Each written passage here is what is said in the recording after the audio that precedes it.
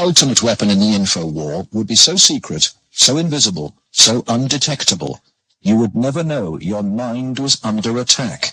At Laurentian University in Ontario, Canada, a young student is about to undergo one of the strangest experiences of her life. They're hooking Denise's brain up to an electroencephalograph, or EEG machine, for 30 to 40 minutes. This will monitor her brainwaves. While these electric coils attached on either side of her head will immerse her brain in an electromagnetic field. Her brain actually completes the circuit between the two coils. The field pulsing through her brain is less powerful than one given off by a digital clock radio, but acutely controlled and focused at specific parts of the brain, it will open Denise's mind to outside suggestion by this man. Dr. Michael Persinger is a professor of psychology and neuroscience. He is designing ways to put the power of mind control to good use. Dr. Persinger's research focuses on brain trauma. He uses carefully controlled doses of electromagnetic radiation to induce relaxation and alleviate pain. So what Sandra did was to initiate a opiate releasing pattern. That's a burst firing field that was stimulated once every 4 seconds. And that produces relaxation and a very pleasant sensation. Similarly, using the appropriate field, we can induce fear and apprehension, but clearly that would be unethical in that setting. Dr. Persinger's tests suggest that carefully programmed electromagnetic frequencies can tap into individual brains and influence people's emotions. The cognitive processes of the human brain are really quite simple.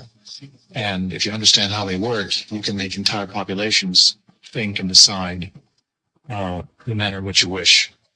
Many experts are skeptical of such an Orwellian scenario, but Persinger thinks the implications are chillingly real. Suppose you generate a field that produces fear, fundamental fear, in large numbers of people.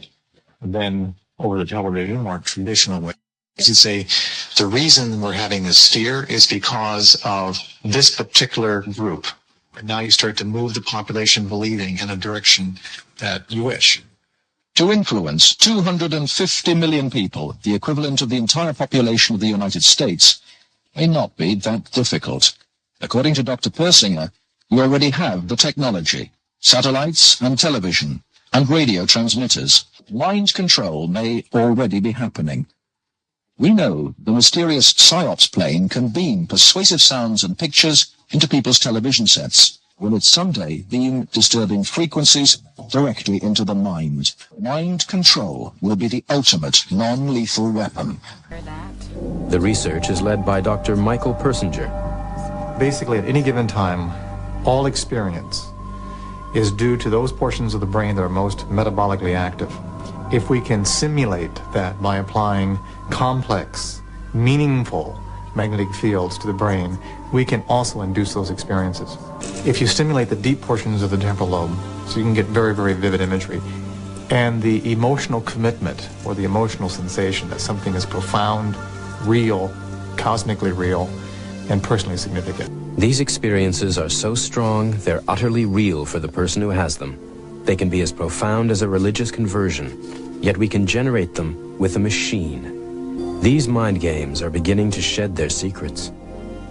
The scientist becomes the shaman. But what are the limits? What else can people be made to believe?